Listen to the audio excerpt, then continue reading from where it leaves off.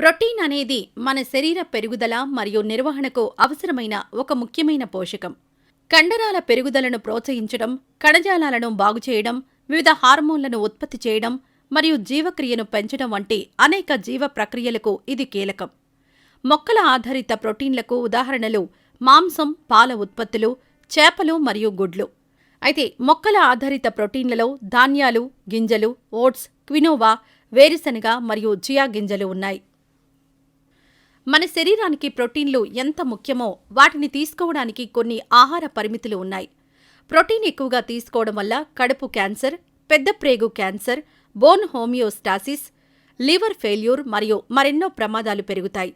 అందువల్ల రోజువారీ ప్రోటీన్ తీసుకోవడం సిఫారసు చేసిన మొత్తాన్ని మించకూడదు.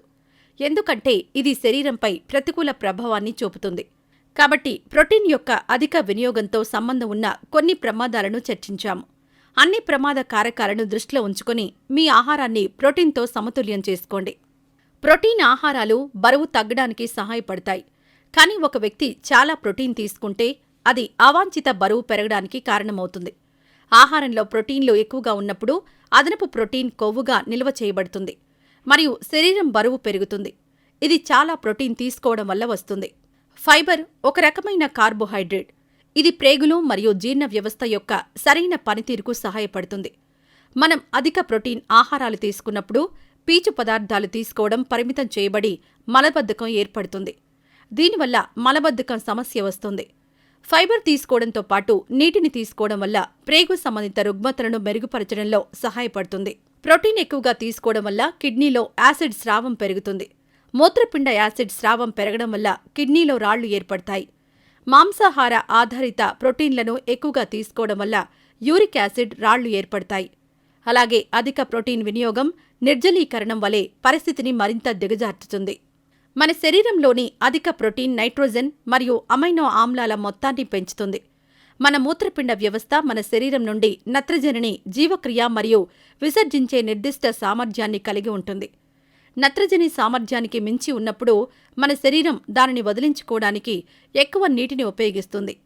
నైట్రోజన్ ఏర్పడకుండా నిరోధించడానికి డీహైడ్రేషన్ ఏర్పడుతుంది.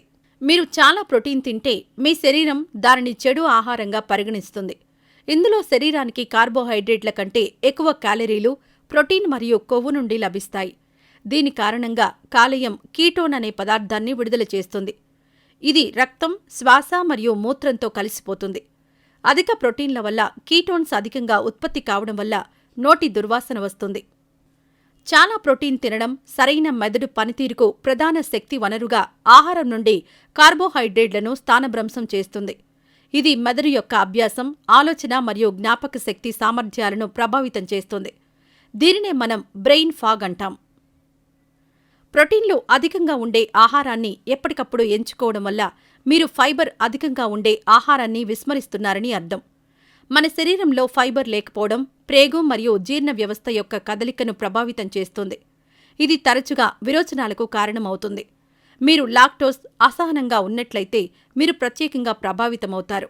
మాంసం, పౌల్ట్రీ మరియు సీఫుడ్ వంటి మాంసాహార ఆధారిత ప్రోటీన్ ఆహారాలను అధిక ఉష్ణోగ్రతల వద్ద వండినప్పుడు ఆ ప్రోటీన్ మూలాల్లోని అమైనో ఆమ్లాలు మరియు క్రియేటివ్ మధ్య ప్రతిచర్య ఫలితంగా హెటెరోసైక్లిక్ ఆరోమాటిక్ అమైన్లు అనే రసాయన సమ్మేళనం ఏర్పడుతుంది.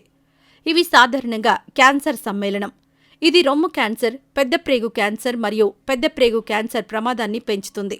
అధిక ప్రోటీన్ ఆహారం అనేక కాలేయ సంబంధిత రుగ్మతలకు కారణమవుతుంది.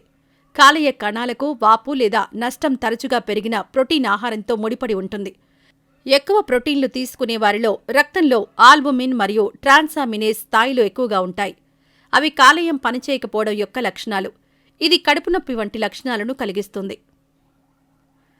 శరీరంలోని అదనపు ప్రోటీన్ గుండెలో మంట మరియు కొవ్వు నిక్షేపణతో ముడిపడి ఉంది.